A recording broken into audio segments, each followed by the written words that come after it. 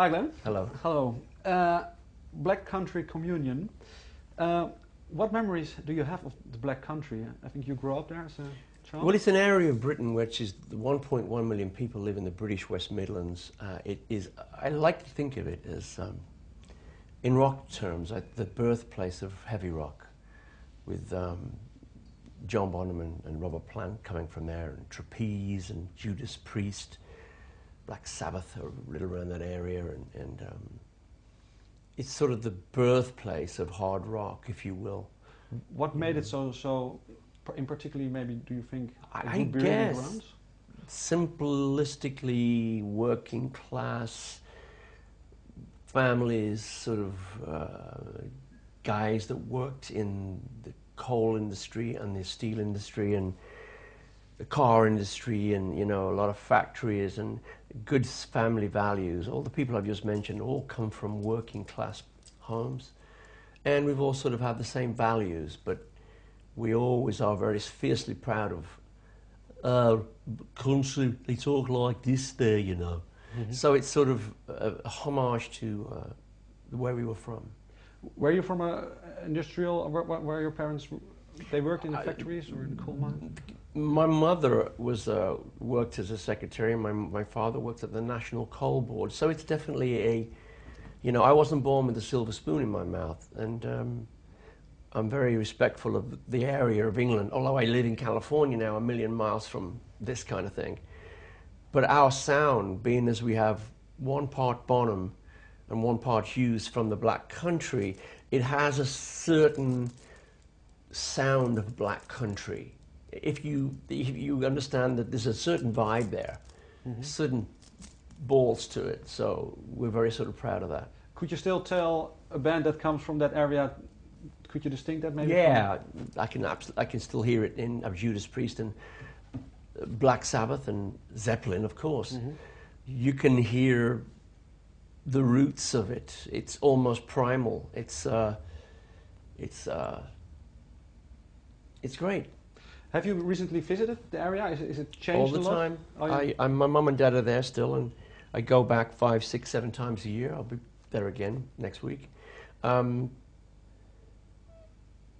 I say, I live in California, where it's the sun is shining and the beach is there, and how you doing today kind of attitude. Yeah.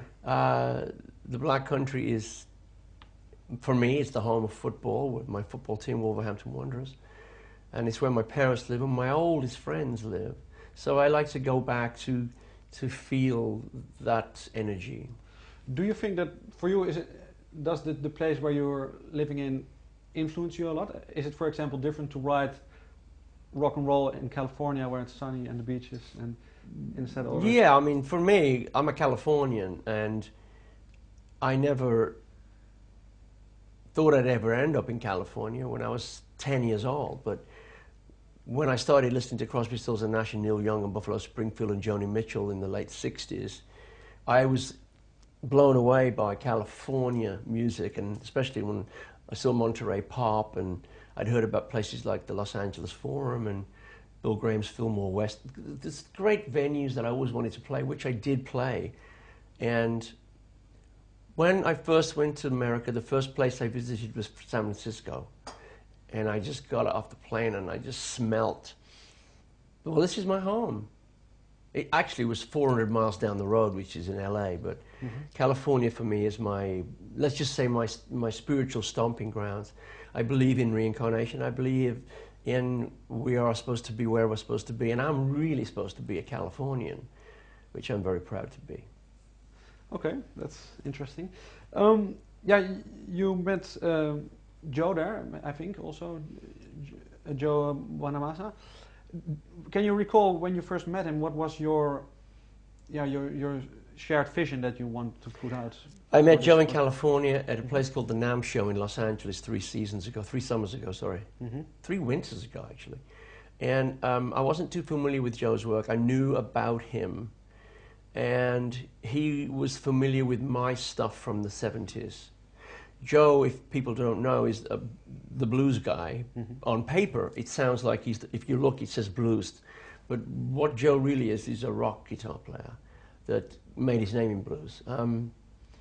if you ask Joey's influences, and you probably will one day, he might give you 10 guitar players, but I can think of 7 of those will be rock.